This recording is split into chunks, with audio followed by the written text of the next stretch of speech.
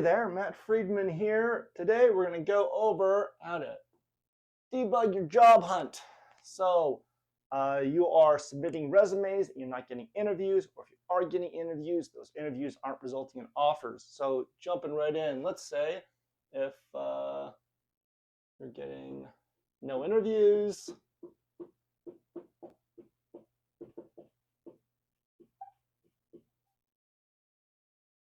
there we go. So no interviews there.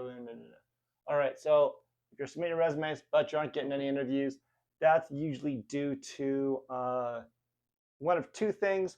First thing is that they aren't seeing you as a skill match. So this is pretty straightforward. Solution for this, and probably the best place to start, is with your resume. The hiring manager wants to see the skills that they're looking for within the job listing. So if you're not getting interviews, best place to start, look at your resume, make sure your resume is clearly illustrating the skills that are requested in the job listing, and that the hiring manager can see those skills just doing like a quick 5-second scan of the resume. That should really improve your overall outcome. The other potential area of failure is you might be running into problems with what's called the ATS, or applicant tracking system. This is an automated system a lot of larger companies use to try to parse the relevant information out of a resume. They're usually really terrible at it. So if you feel like, hey, my resume was a pretty close skill match, but maybe this ATS system is where the problem is, try to reach out to the hiring manager for that role. You can usually find them on LinkedIn, and just let them know, hey, I'm interested in contributing to the company. I want to apply for this role. What would you recommend? May I send you a copy of my resume? Either they'll say, yeah, sure thing, go ahead, which is great, or they'll ask you to resubmit through the ATS. The benefit now is that they know who you are, they know the role you want to apply for, and they know what to be looking for. So they can be keeping an eye open for you. So moving on, let's say if you got no offers.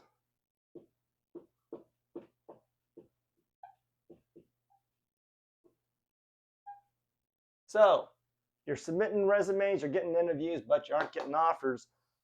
Generally, that is primarily because the company does not see you as a potential solution for their future problems. Really, like, when they're interviewing you, they are not looking for specific skills, but they want to know that you will be able to solve the problems they have now, and more important, the problems they'll be having in the future. So to help address that, one of the things I'd recommend, or not one of the things, there's more than one. What I would recommend is, in the interview, you want to be people-oriented.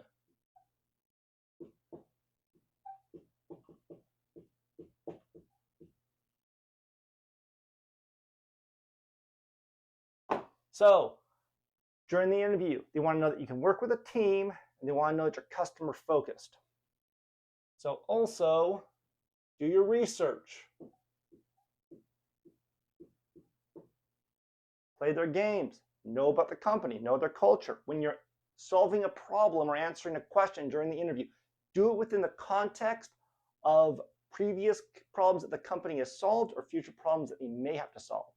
And also connect it to your previous work, as in, hey, I noticed that in this game, you ran into this issue. I would have solved it this way, similar to how I'd done it at this company on this project. The benefits of this solution are this, this, and this, which is why I think that is how I would have approached solving that particular problem. And the last thing is, if they ask you a question you don't know, illustrate how you would solve the problem.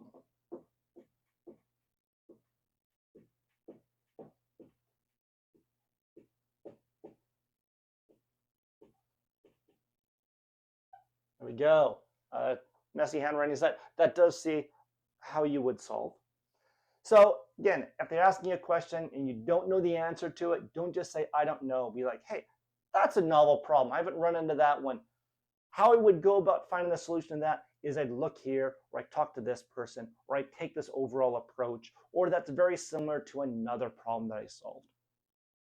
So during the interview, if you're showing that you're people-oriented, you're showing your research, you're connecting your skills to the potential current and future problems the company has, and if you are showing how you would solve a problem that you don't know the immediate answer to, that is going to help to reassure them that you are an excellent fit for not just their current problems, but their future problems as well. So last thing I want to go over is what I'm going to call what if.